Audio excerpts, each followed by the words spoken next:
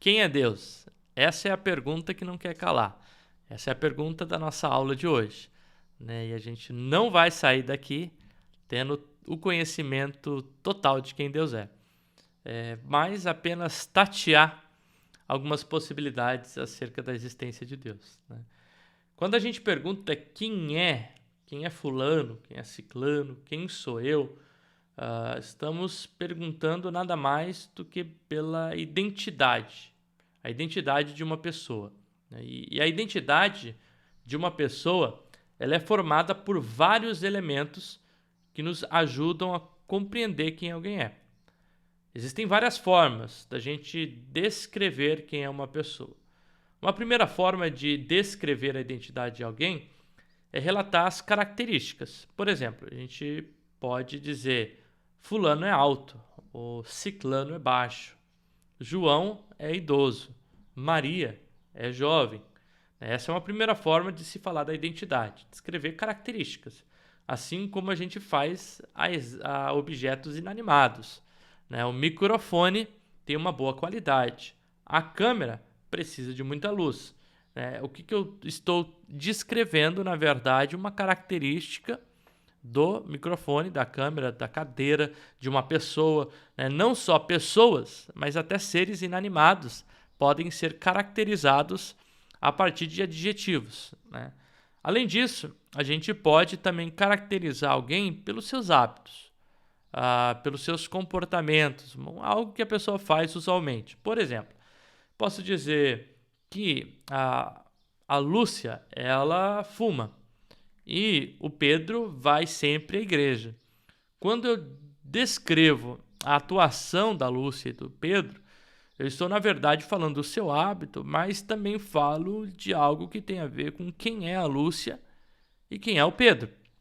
Percebe? Então, além de poder descrever alguém a partir de características dos adjetivos, a gente pode também caracterizar a partir dos hábitos. E, por fim, a gente também conhece alguém pelas histórias narradas, né? Então, se eu sento com alguém e a pessoa conta a história da sua vida, eu vou contar como eu conheci minha esposa, ou contar como eu comecei a fazer teologia. Essas histórias, elas fazem parte da minha existência. E, de certa forma, elas narram quem eu sou a partir das minhas próprias ações, das decisões, das características, do caráter, né? Então, uma descrição narrativa talvez seja a melhor forma de se conhecer alguém, quando você fala acerca da sua vida. E a Bíblia nada mais é do que essa narrativa bíblica sobre a pessoa de Deus. Nas próximas aulas, o que a gente vai fazer é justamente isso. Tentar perceber, a partir da natureza de Deus, das suas ações, das suas características, daquilo que chamamos de atributos, como a gente pode definir Deus, como a gente define em ação, como a gente define a partir da sua natureza, a partir das coisas que Deus faz. E para começar, eu gostaria de colocar aqui, ou de dizer, uma definição do Catecismo de Westminster, que define Deus da seguinte forma: Deus é Espírito infinito, eterno, imutável em seu ser, sabedoria, poder, santidade, justiça, bondade e verdade.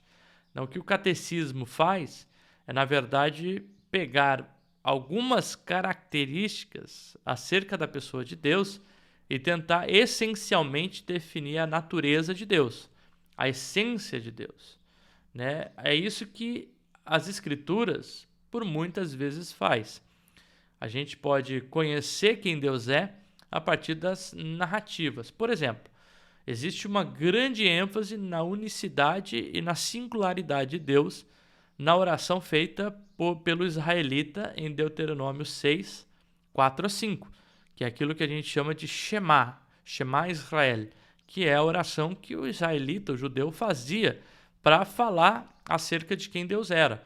Então, o israelita orava assim, Deuteronômio 6, 4 a 5. Ouve, Israel, o Senhor, nosso Deus, é o único Senhor, né? Então, quando eu digo o Senhor é o único Senhor, existe uma afirmação da singularidade de quem Deus é. Deus é único. E é o único que existe como Deus. Então, essa é uma oração que era feita pelo Israel. Mas Israel e também os cristãos, a igreja, tinha vários nomes para definir quem Deus era. Eu me lembro aqui do encontro de Deus com Moisés na sarça ardente. Êxodo 3,14, onde Deus chega a Moisés e diz a Moisés: eu sou o que eu sou. Quando Moisés perguntar, quando eu for lá para Faraó e me perguntarem quem me enviou, essa é a resposta de Deus então para Moisés: eu sou o que eu sou. É assim que você vai dizer para os filhos para Israel, é assim que você vai dizer para Faraó. A minha própria definição basta. E nas Escrituras, vários nomes são utilizados para falar acerca da pessoalidade ou da definição da identidade de quem Deus era. Por exemplo, logo no capítulo 1 e 2 de Gênesis, a gente já vê os principais nomes atribuídos a Deus que são utilizados. Então, o capítulo 1 trata Deus como Elohim, Elohim, o Deus ali, Elohim. E no capítulo 2, Deus é tratado como Javé, dois nomes distintos que falam acerca da pessoalidade de quem Deus era. E assim, Deus também é atribuído vários nomes pelo povo de Israel. Quem não ouviu falar que Jeová Rafá, Deus que cura, Jeová Jiré, Deus da provisão, Jeová Shalom, o Senhor é a nossa paz. Outros nomes utilizados para Deus: Adonai, Senhor, El, que é a ideia de Deus, E aí, então, El Shaddai, Todo-Poderoso, Deus Todo-Poderoso. No Novo Testamento, Deus é chamado de Theos, Deus, Pater, Pai. Então, essas são alguns nomes que são atribuídos a Deus e que falam acerca da sua natureza e da sua identidade propriamente dita, E aqui eu gostaria de me definir em algumas características que eu entendo como essenciais de Deus, para que a gente continue nas próximas aulas falando dos seus atributos e das suas ações. Atributos são características e a gente vai ver que existem vários tipos de definição acerca dos atributos ou das características de Deus. Mas qual é, a partir daquela ideia do catecismo de Westminster, a gente vai traçar aqui algumas características essenciais a Deus, Quando a gente afirma acerca da pessoa de Deus, a gente diz que Deus é tanto divino quanto pessoa, Assim como Jesus era Deus e homem. Deus é também uma pessoa, não necessariamente encarnado, Deus Pai, mas é uma pessoa. Uma essência, Então existe a Trindade, é uma essência, mas uma essência que possui três pessoas: o Pai, o Filho e o Espírito Santo. Não são três deuses, É um Deus só, é uma essência, mas que tem três pessoas, não são três manifestações diferentes também. Então, eu sei que falar de Trindade é algo sempre complicado. A gente poderia passar aqui horas e horas trabalhando o conceito da Trindade. Não é a minha ideia. Minha ideia é apenas esboçar aquilo que a gente acredita, Que Deus é um Deus trino. Por ele ser trino, ele tem uma essência e ele é três pessoas: o Pai, o Filho e o Espírito Santo. E algumas definições, então, de quem Deus é, a gente pode falar que Deus é Espírito. Quando eu falo que Deus é Espírito, a Bíblia não tenta definir esse ser de Deus. Mas a gente tem uma aproximação do que acontece lá em João 4. Lembra que Jesus disse que Deus é Espírito e os verdadeiros adoradores adorarão o Pai em espírito e em verdade. Quando a gente diz que Deus é Espírito, o que a gente está dizendo é que a natureza de Deus ela é imaterial. Deus, enquanto Espírito, por exemplo, não possui gênero.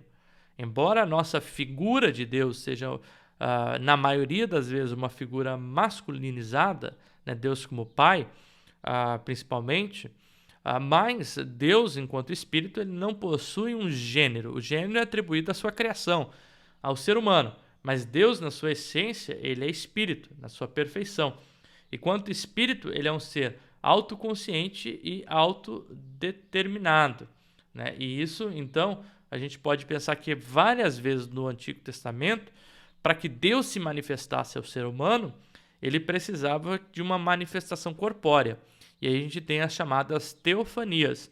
Deus utilizando elementos, seja naturais da natureza, ou em pessoas, anjos até, para poder se manifestar ao ser humano. Além de espírito, Deus também é pessoal, é um espírito pessoal. O fato de ser pessoal inclui justamente a ideia de que Deus é uma personalidade. Deus é um espírito que tem uma pessoa, ou que é também um ser pessoal.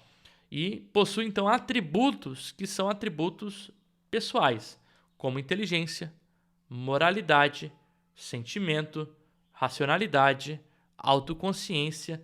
Todas essas atribuições, e a gente tem vários textos que vão falar que Deus é um Deus zeloso, que Deus ama, que Deus odeia o mal, que Deus odeia a injustiça, que atribuem a Deus uma característica de pessoa, falam, na verdade, nessa natureza pessoal de Deus.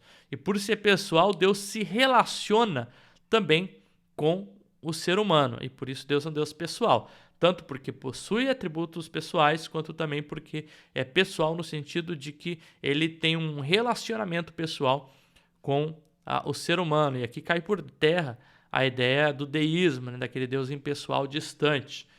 O Deus, então, pessoal, é esse Deus que possui uma natureza racional, moral e religiosa. E assim o ser humano, criado à imagem de Deus, o ser humano, na verdade, é a imagem dessa pessoalidade de Deus. E por isso a gente possui a nossa própria pessoalidade. Terceiro, além de Deus ser espírito e Deus ser pessoal, Deus é também infinitamente perfeito. O que quer dizer que Deus se distingue de todas as suas criaturas como perfeição infinita. Se o ser humano possui limitação pela sua finitude, imperfeição e pecado, Deus é a expressão infinitamente do perfeito e daquilo que é sem limite, daquilo que é sublime, daquilo que é majestoso. A infinitude de Deus caracteriza justamente por essa perfeição de quem Deus é. É assim que diz, por exemplo, lá em Êxodo 15:11. O Senhor, quem és como tu entre os deuses? Quem é como esse Deus em santidade? E outras referências que vão falar justamente dessa grandeza de quem Deus é. Então, quando a gente fala acerca dessa infinitude de Deus, ou Deus totalmente perfeito, nós estamos falando de um Deus que ele é o protótipo, o modelo daquilo que o ser humano é, daquilo que o ser humano deseja ser, em Cristo Jesus. E aqui então Deus, ele é espírito, Deus é pessoal, Deus é infinitamente perfeito, Deus é único, como a gente já viu em Deuteronômio 6:4, a unicidade ou o fato de Deus ser único quer dizer justamente que não existe ninguém como Deus. E Deus não é divisível em partes, mas que é uma unidade só. E que todos os seus atributos são atributos únicos que descrevem a pessoa de Deus. E por fim, a gente também pode afirmar que Deus é autoexistente, o que quer dizer que Deus não é fruto da causalidade. Deus não é causável por nada, causado por nada. O que é causado é a criação de Deus. Deus cria o ser humano. Então, o ser humano, ele não é autoexistente. Ao contrário, Gênesis 1:1 diz que no princípio era Deus. João 1 diz também que no princípio era o Verbo. Então, o princípio já manifesta a própria autoexistência de Deus. E por ser autoexistente e o fruto primeiro de tudo que existe e a causa de tudo que existe, na verdade Deus é distinto e superior a tudo que existe, então aqui hoje, nessa primeira tentativa de se perguntar quem Deus é, a gente passou por algumas das principais características da natureza de Deus. Nas próximas aulas, a gente vai trabalhar os atributos de Deus, e entender o que são os atributos e as características de Deus, quais são alguns desses atributos e das características de Deus. E também a gente vai trabalhar um pouquinho da ideia das ações de Deus no mundo? Quais são algumas das suas ações que definem também a própria pessoalidade de Deus? Até a próxima aula.